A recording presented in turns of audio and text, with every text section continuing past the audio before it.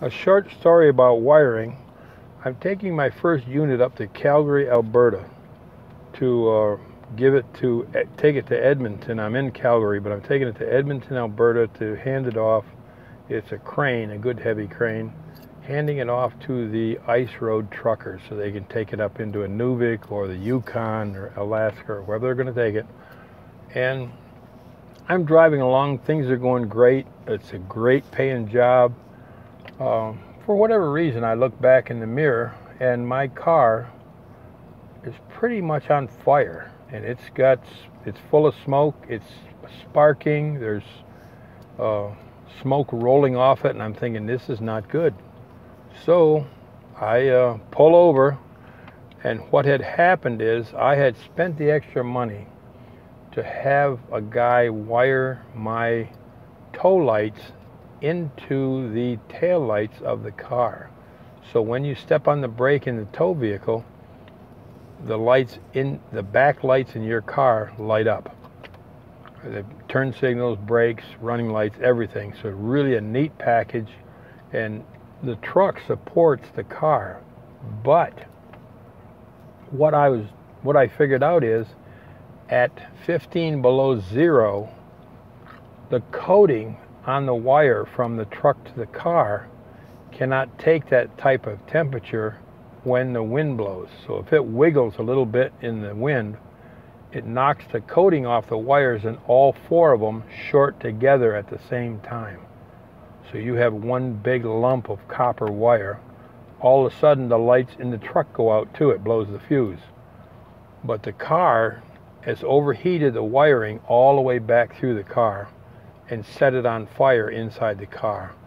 It only cost me about $350 to rewire the car. So the next time I wired the car separate from the truck, and I used bungee cords. I'll show you. You see those bungee cords to wrap the wire on? Well, especially when I'm in Canada, I really wrap them puppies tight, so there's no wiggle to them. If they're going to break, they're not going to wiggle. They're not going to break there. And you know, sometimes they do, but it's not going to set your car on fire. You're going to look back, and that when I showed you the lights in the back, I guess I got to turn those on and show you what it looks like. When I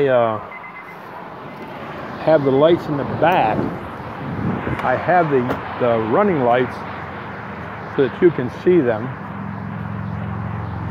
And I have that little yellow light hooked to the turn signal and the brake. So when you are turning, you can always check your turn signals. Now I'm turning on the lights and the turn signals from the vehicle up here. You see there's nothing on the car. This is giving you a turn signal. And here's what the back end of the car looks like. So you have a turn signal here, a running light there, and from the back you can see those two little lights down here, those two. And here's your other lights. These are separate from the car. And up above here, there's one light. Can't see them great in the daytime. But here's another running light with a turn signal. So I can always look from the truck to the car and see if the running lights are on and if the turn signal and brakes are working at any time. Now real quick, I'll show you what the extra lights are for. So if some idiot runs up behind you with their high beams on and won't give it up, I throw that light on, and trust me, it gets their attention. If I'm running in heavy fog, my front end looks like this. These are on Amazon for about $80. Come with the brackets and everything. But if you've got some idiot that will not dim his lights for whatever reason,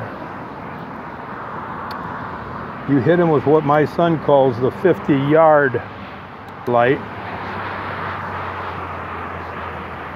which looks like this. And trust me, they get the message in a hell of a hurry. And then also, if the cops stop you, you tell them, well, I move heavy equipment, and those are just simply work lights, so that I can work in the dark. So, to me, the lighting is critical to keep your lights lit and working, and defense of the other drivers.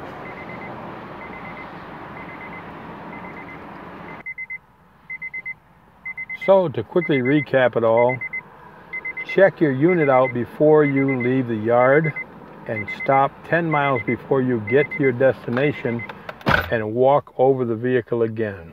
Now, if you put a scratch, dent, or gouge in that unit in any way, I'll designate a whole chapter of how to either repair or cover it up later. So remind me to do that story.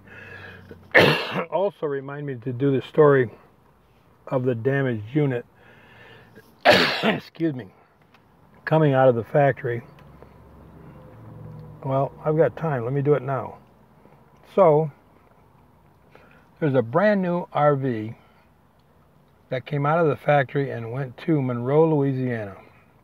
The unit was about $750,000. So it is a top end, dual wheels, diesel pusher, beautiful, absolute gorgeous, like a casino inside with lights, accent lights and everything else. The customer gets it down in Monroe and weird stuff is happening to it. But it's the early days of the sliders. So number one, as you're driving down the road, the daggum slider starts sliding out without you pushing the button. That's not good, because you have to manually get a come along and pull it back in and strap it down to get where you want to go. He sends this thing back to the factory. They completely go through it and fix it. So a friend of mine takes the unit on a repair. Don't ever take a repair unit back to a disgruntled customer, ever. And remind me of the New Jersey story too. But he takes this unit and he starts down the road. Well, it starts raining in about Iowa and doesn't stop till he almost gets to Louisiana. Well, he steps on the brakes going into Louisiana, and about 80 gallons of rainwater comes from the bathroom all the way down the hall and tidal waves him in the front end, knocking out the electrical. So most of the stuff shorted out. The floor is all goofed up. The door on the side is about 8 different things that are not working. The door won't stay shut. So the minute the door pops open, an alarm goes off. You can't get it to shut up. The door won't close properly. The thing's all wet. Anyway, he gets it to Monroe, Louisiana. The customer has to accept it by signing the bill of lading.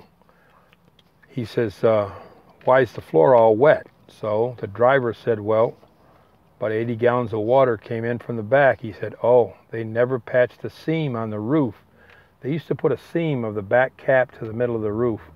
Well, that wasn't ever sealed correctly, and it just leaked like a sieve when you're driving down the road. He said they never patched that seal. The same problem. Does the service door on the side stay shut? And he said, no. It still pops open, and the slider, I had to come along it because it kept moving out electronically, where the motor would start or short, and the slider, when you're going down the road, would pop out 3.5, 4 foot. And so he calls the factory and says, you guys didn't do a daggum thing to this unit. Nothing is fixed. I'm not accepting it. So they said, well, let's talk about it. They sent the driver to a hotel for the night. He goes and gets a $120 room with a jacuzzi, hot tub, pool, hot and cold running, Korean women or something, and has the time of his life partying all night. And they said, go get a hotel room, save the receipt, and we'll tell you in the morning what we're going to do with this unit. So in the morning he wakes up, calls me, says, we got to take the unit back to the factory. So he drives it from Monroe, Louisiana, back to Elkhart, Indiana, turns in his paperwork, and then they do the paperwork in a couple of days. He comes back to get his money, and they send him instead of getting a check, he gets a bill for $9,200. He, of course, hits the roof because he spent all his money to transport with, and they didn't pay him anything to bring it back. And they said, no, you talked the customer through all of the bad things that were wrong with that thing, so you're responsible for paying for the repairs and the mileage down to Monroe, Louisiana and back at $1.05 a mile. That's a bunch of money in itself. Anyway, and he goes, what, you dirty dogs? The thing was full of water, you know, the doors wouldn't shut. He just looked it over. I didn't do a thing. They says, nope, I'm sorry, that's the way it is. You owe us $9,200. And he says, well, you're going to have to take it out of my pay, you know, 10 or 20% of it per job. They agreed to that. So he went and took a load to Alaska. Now the down payment is 3/4 down, but they wouldn't give him more than, you know, $9,000 or $10,000 to go, whatever it's going to take to deliver this unit. He takes the unit down to the gas station on the corner, leaves it running with the keys in it, and cashes in his comm data, calls them up and tells them where to put that $9,000, and walks away with the cash. That's the only way he got his money back. So I'm just telling you, it ain't all roses out here, no matter how good it looks. And there's dozens of other stories just like that. Remind me to tell you the New Jersey story one time. But anyway, more film at 11.